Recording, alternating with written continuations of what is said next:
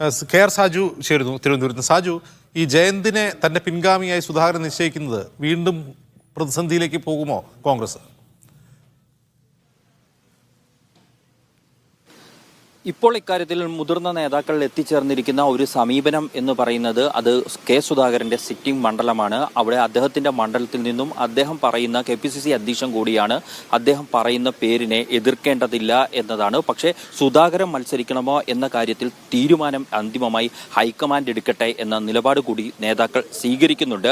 അങ്ങനെ ഹൈക്കമാൻഡ് കൂടി കെ സുധാകരൻ സ്ഥാനാർത്ഥിയാവേണ്ടതില്ല എന്ന നിലയിലേക്ക് കാര്യങ്ങൾ എത്തിച്ചേർന്നാൽ ആയിരിക്കും അവിടെ ജയന്തിന്റെ പേര് സുധാകരൻ മുന്നോട്ട് വെച്ച പേര് എന്ന നിലയിലേക്ക് അത് പരിഗണനയിലേക്ക് വരിക.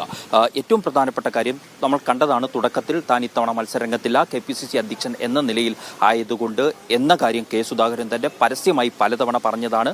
പിന്നീട് അദ്ദേഹം അതിലേക്ക് ഇടയ്ക്കൊരു ചാഞ്ചാട്ടം നടത്തുന്നു. കാരണം കെ സുധാകരനാണ് വിജയസാധ്യത കൂടുതൽ എന്ന AICCക്ക് മുന്നിലുള്ള റിപ്പോർട്ടുകൾ, കേരള നേതാക്കളുടെ സമ്മർദ്ദം, അതിനെല്ലാം വഴങ്ങിക്കൊണ്ടായിരുന്നു അന്ന് അദ്ദേഹം ഒരു ചാഞ്ചാട്ടം ഉണ്ടാകുന്നു. പക്ഷേ ഇന്നലെ അദ്ദേഹം കുറച്ചുകൂടി കാര്യങ്ങൾ വ്യക്തമാക്കിയിരിക്കുന്നു. തനിക്ക് ചില ആരോഗ്യ പ്രശ്നങ്ങളുണ്ട്, ഒപ്പം KPCC അധ്യക്ഷൻ എന്ന നിലയിലുള്ള ജോലി ഭാരമുണ്ട്. ഇതെല്ലാം കൂട്ടിച്ചേർക്കുമ്പോൾ ഇത്തവണ മത്സരരംഗത്തേക്കില്ല എന്ന നിലപാട് കെ സുധാകരൻ സ്വീകരിക്കുകയായിരുന്നു. ഇനി ഇതിന് ഹൈക്കമാൻഡ് അംഗീകാരം നൽകണം. അതിനുശേഷം മാത്രമേ കേരള നേതാക്കൾ മറ്റൊരു പേര് മുന്നോട്ട് വയ്ക്കുകയുള്ളൂ. കെ സുധാകരൻ ഇപ്പോൾ ചേരുന്ന സ്ക്രീനിംഗ് കമ്മിറ്റിയിൽ അദ്ദേഹത്തിന്റെ ഭാഗം അറിയിച്ചു കഴിഞ്ഞാൽ അതിനനുസരിച്ചുള്ള ചർച്ചകളിലേക്ക് പോകാം. പക്ഷെ കെ സുധാകരൻ മുന്നോട്ട് വെക്കുന്ന ഏക പേര് കെ ജയന്തിൻ്റെതാണെങ്കിൽ അതിനെ എതിർക്കാൻ ആരും തുനിയില്ല.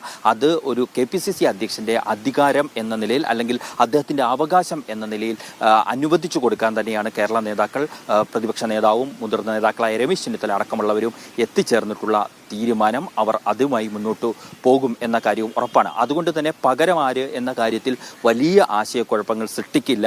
അക്കാര്യത്തിൽ ഏത് പേര് കെ സുധാകരൻ പറഞ്ഞാലും കേരളത്തിൽ നിന്നും അതിനെ എതിർപ്പുണ്ടാവില്ല. പക്ഷേ വിജയസാധ്യത മറ്റും പരിഗണിച്ചുകൊണ്ട് തീരുമാനമെടുക്കേണ്ടത് ഹൈക്കമാൻഡാണ് എന്ന നിലപാട് കൂടി കേരള നേതാക്കൾ സ്വീകരിക്കും. അജിംസ്.